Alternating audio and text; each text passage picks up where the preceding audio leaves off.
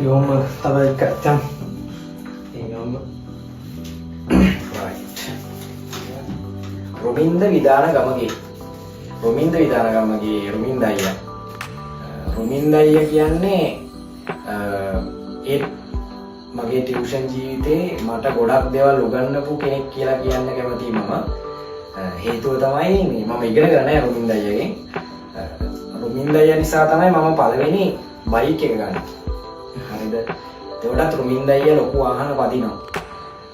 මම ආසාවට වාහනේ පදින්න ආසයි කිව්වොත් එහෙම රොමින්ද අයියා කියන්නේ ලයිසන්ස් තියනවා නම් කැදපම් මල්ලි කිසි අවුලක් නෑ කියලා. අදටත් එහෙමයි. ඒක තියෙනවා. එයා කියන්නේ එයත් ඒ වගේ කට්ටක් කාලා පටන් ගත්ත කෙනෙක් කියලා. රොමින්ද අයියා මට මතකයි දවසක් කියලා තියෙනවා බයික් එකේ තෙමි ජපුර කැම්පස් එකේ ඉඳලා ඇවිල්ලා වැස්සට දෙවෙනි හින්දා ඒක තනක් පෙන්නලා මෙතන මම නිදාගෙන ඉඳලා තියෙනවා මල්ලි කියලා. හරිද? ඒ කියන්නේ එන්න විදියක් නැතුව එහෙම ඉඳලා අද හොඳ තැනකට ඇවිල්ලා ඉන්න මිනිස්සේ. රොමින්ද අයියා ඉතින් මගේ ජීවිතේ සෑහෙන මට සපෝට් කරලා තියෙනවා ටියුෂන් එක හදා ගන්න ඕන මල්ලි ඔය කොහොම නේ මෙහෙම කරන්න එහෙම කියලා සපෝට් කරලා තියෙනවා.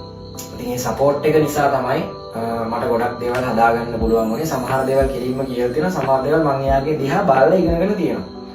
එතකොට ඒකෙන් මම සෑහෙන දේවල් ටිකක් මගේ ලයිෆ් එක හදාගන්න කරගෙන තියෙනවා. ඒ ඇසුර ටියුෂන් එකේ සෑහෙන වැදගත්නේ. ටියුෂන් ඇසුර නිසා අපිට හරියන්නත් පුළුවන්, වරදින්නත් පුළුවන්. ඉතින් මම පෞද්ගලිකව විශ්වාස කරනවා මට හරියනවට එහෙම නරකක් හිතලා නැති කෙනෙක් තමයි රොමින්ද අයියා කියලා කියන්නේ. රොමින්ද අයියාට බොහොම ස්තුතියි. මට පළවෙනි බයික් එකවත් ගන්න විදියක් නැතුව ඉද්දි මගේ අතට රුපියල් ලක්ෂයක් දුන්නා ඉතුරු ටික දාලා මේක ගන්න කියලා. කුරුණෑගල ක්ලාස් ඉවරලා එනකොට තමයි දුන්නේ මේ ඒ බයික් එක තමයි මාව ගොඩාක් දුර තව ක්ලාස් වලට අරන් ගියේ. ඊට පස්සේ තව බයික් එකක්, ඊට පස්සේ තව කාර් එකක්, තව කාර් එකක් කොහොම තව වාහන ගොඩක් එහෙම ගන්න පුළුවන් උනේ. එදා ඒ දුන්න මොරාල් එකත් එක්ක. ඉතින් මට වාහන වලට ආසාව ඇති කරා රොමින්ද අයියා. ඒක මාර දෙයක්. නැත්තම් ඉස්සර මම හිතාගෙන හිටියේ මේ බස් එකේ ගියත් ඇතිනේ වගේ එකක් තමයි. ඇත්ත බස් එකේ අදටත් මට බස් එකේ යන්න පුළුවන්, කෝච්චිය යන්න පුළුවන්. නෑ එහෙම නෙවෙයි. කොල්ලෙක් වුණාම ඊට වඩා ලොකු හිණක් තියනවා මල්ලි කියලා වෙන්නේ යා. හරිද? හොඳ වොච් එකක් බඳින්න, හොඳ ෂර්ට් එකක් අඳින්න, මෙහෙම ඒවත් ලෝකේ තියනවා මල්ලි මෙහෙම කරපන්. අපිටත් තිබ්බේ නෑ තමයි. හැබැයි අපිත් ඒවා කරා ඔබටත් පුළුවන් කියන එක දුන්න මිනිස්සෙක් යා. ටියුෂන් එකේ වැඩ කරන වගේම එතනින් එහාට ගිහිල්ලා මම හිතනවා එයාගේ ජීවිතේ හොඳම තැන්වල ඉන්න ඕනි තැන්වල කවුරු හිටියේ නැති වුණත් මම ඉඳලා තියෙනවා. මම ඒක පෞද්ගලිකව දන්න දෙයක් නිසා මම මේ කියන්නේ.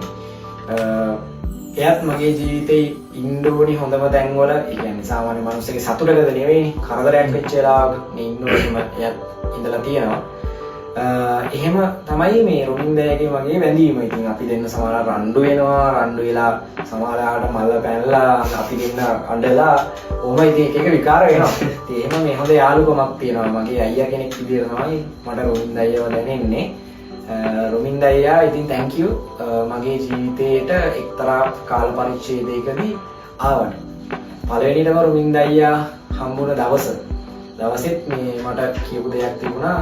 මල්ලි මේ ඔයා කරගෙන යන වැඩ ටික ලස්සනයි, දිගටම කරගෙන යන්න, ඔයාට ගේමක් ගහන්න පුළුවන් කියන එක.